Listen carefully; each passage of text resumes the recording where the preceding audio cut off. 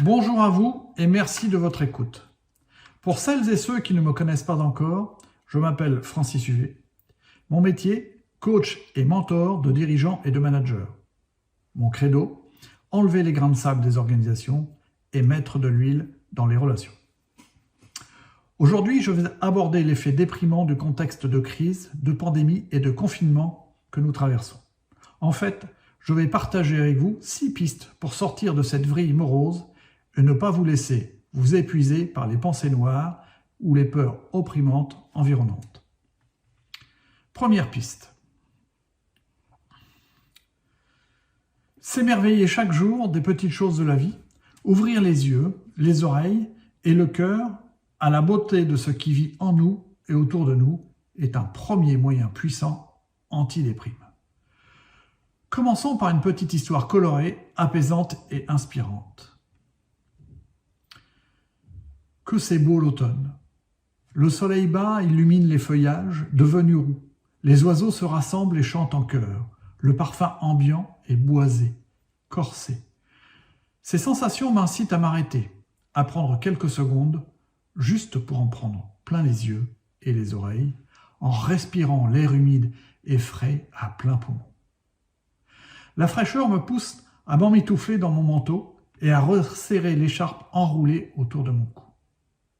Je me sens si bien avec ce petit rayon de soleil qui vient caresser ma joue, me procurant un délicat frisson de plaisir. Il est temps maintenant de retourner aux choses essentielles, la famille, les amis, soi-même. Notre cerveau nous fait revivre exactement les mêmes émotions et sensations quand il est dans le réel, ce que nous vivons, ou quand il est dans l'imagination, ce que nous venons de vivre à l'écoute de l'histoire précédente. Alors, racontez-vous de belles histoires. Quand vous manquez d'inspiration dans l'instant présent, repassez-vous en boucle le film des bons moments que vous avez vécus. Cela renforce la production de neurotransmetteurs, dont la sérotonine. Vous pouvez aussi utiliser l'histoire que j'ai créée ci-dessus, ou écrire votre propre histoire apaisante et inspirante. Pensez à évoquer les 5 sens pour décrire votre environnement et les êtres présents, et pensez à exprimer vos ressentis agréables. Revenons sur la sérotonine. Ses effets sur les émotions est indiscutable. Le système limbique, qui est le cerveau émotionnel, et l'amygdale, 2 structures cérébrales très impliquées dans les réactions de peur et d'anxiété, sont dotées de nombreux récepteurs qui captent la sérotonine, produisant ainsi un apaisement et une sensation de plaisir. Deuxième piste. Le repos et le sommeil sont des éléments essentiels à notre équilibre, physique, mental et émotionnel. Un bon sommeil réparateur contribue à renforcer notre système immunitaire et notre pouvoir d'auto-guérison. Il permet à notre cerveau de réguler le poids des émotions, réduisant ainsi les effets du stress et de l'anxiété. Un bon sommeil intervient aussi dans la régulation de notre humeur et développe notre niveau d'attention. Ci-dessous, quelques pistes pour un bon sommeil réparateur. À chacun ses préférences. 1. Se coucher une fois la digestion du soir terminée. Éviter alcool, café, vitamine C le soir. 2. Arrêter les écrans et téléphones 1 heure avant et préférer les films comiques à l'horreur ou la violence. Boire du lait de coco avec du miel, 2 gouttes d'extrait de vanille et de la cannelle. 4. Prendre une douche, faire des exercices d'étirement, de yoga ou de sophrologie. 5. Faire une visualisation positive ou une méditation ou encore une respiration profonde et lente pendant 3 minutes. Et si au cours de la journée, vous vous sentez envahi par une émotion douloureuse ou violente et que vous pouvez vous isoler 2 à 3 minutes, mettez-vous en sécurité et faites en sorte de pouvoir fermer les yeux sans tomber. Assez essentiel. Fermez les yeux pendant 1 à 2 minutes. Au début, un minuteur peut être très utile. Laissez remonter les sensations, les tensions, les douleurs, le contact avec la chaise ou le mur sur lequel vous vous reposez. Laissez venir tout ce que vous percevez à l'intérieur de vous et au contact de votre corps. Et si cela survient, laissez passer tout ce que vous sentez, entendez de votre environnement. Laissez passer 1 à 1 ces sensations, ces ressentis, sans vous y attacher, sans aucune volonté de contrôle, sans essayer de vous sentir mieux. Si au cours de votre pratique, une idée, une pensée importante survient. Notez-la quelque part et reprenez votre pratique. Troisième piste. L'exposition au soleil, à la lumière du jour, est essentielle aussi à la production de sérotonine et favorise le lâcher-prise sur les sources de stress et d'anxiété, renforçant ainsi votre bonne humeur et votre joie de vivre. Une moyenne journalière d'exposition à la lumière du jour de 30 minutes est vivement recommandée. Chaque occasion de passer du temps à l'extérieur favorise la production d'hormones de la bonne humeur. Jardinage, promenade, sortie du chien, petite course. Sortez, marchez au lieu de prendre la voiture. Faites une pause au boulot, à l'extérieur ou en terrasse, si cela vous est possible.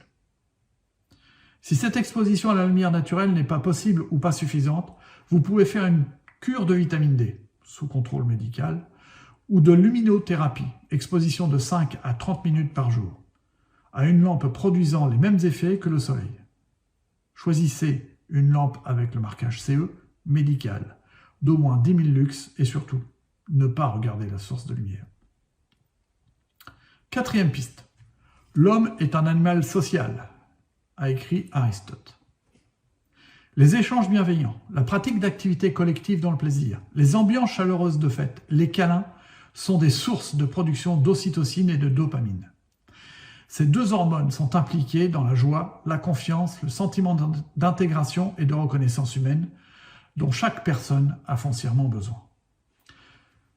Quand vous êtes éloigné ou isolé, avoir recours aux outils de communication numérique, WhatsApp, Skype, Zoom, Snapchat, etc., n'est plus une option. C'est devenu indispensable pour mettre en place l'émulation cognitive et affective qu'il n'est pas ou plus possible de vivre au travers des contacts, partages, échanges directs en présence les uns des autres. Apprendre à s'amuser, échanger, par exemple, danser, cuisiner, pratiquer un sport, approfondir sa connaissance sur un sujet passionnant et pourquoi pas découvrir un nouveau métier au travers des réseaux sociaux, Facebook, YouTube, live, chaînes privées, vidéos et autres podcasts, est un moyen de s'épanouir en étant seul. Ce n'est plus à démontrer. Cinquième piste, l'alimentation est aussi un facteur important de notre équilibre, physique, mental, émotionnel. Il agit fortement sur notre système immunitaire. Pensez aux fruits et légumes. Les courges et les champignons sont à l'honneur à l'automne et vous réchaufferont dans une bonne soupe. La betterave, les carottes et le céleri sont des légumes très tonifiants. Les poires, raisins, figues, noix sont remplis de vitamines et de fructose pour améliorer votre humeur. Sans oublier les fruits exotiques. Faites le plein de vitamines, mais pas trop. Cela vous donnera bonne mine, tonus et vous évitera également de récupérer tous les virus qui commencent à proliférer en automne.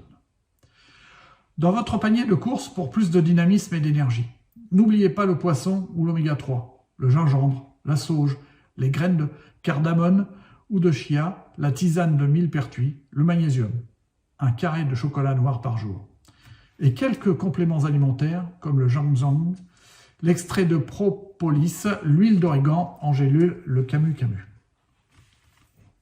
Sixième piste. Bien sûr, tout ce que l'on connaît déjà. Lire, bouger, faire du sport en intérieur et si possible en extérieur, chanter, danser, rigoler, écouter ou, encore mieux, jouer de la musique. En conclusion, que la vie soit la plus belle possible. Et pour ce faire, la règle est d'accepter ce qui est, puis de chercher à s'y adapter. Dans la mesure du possible, concentrons-nous sur ce que nous avons plutôt que sur ce qui nous manque. Partagez et exprimez-vous. Laissez un commentaire ici. Si vous souhaitez que je développe un point particulier, exposez-le. Pour nous permettre d'aller plus loin, acceptez de répondre en dessous de la vidéo aux deux questions. Qu'est-ce qui marche pour vous et selon vous pourquoi? Qu'est-ce qui ne marche pas pour vous et selon vous pourquoi? Cela me donnera l'occasion de corriger et compléter cet apport. Encore merci pour votre écoute. À bientôt, je l'espère. Excellente journée à vous. Au revoir.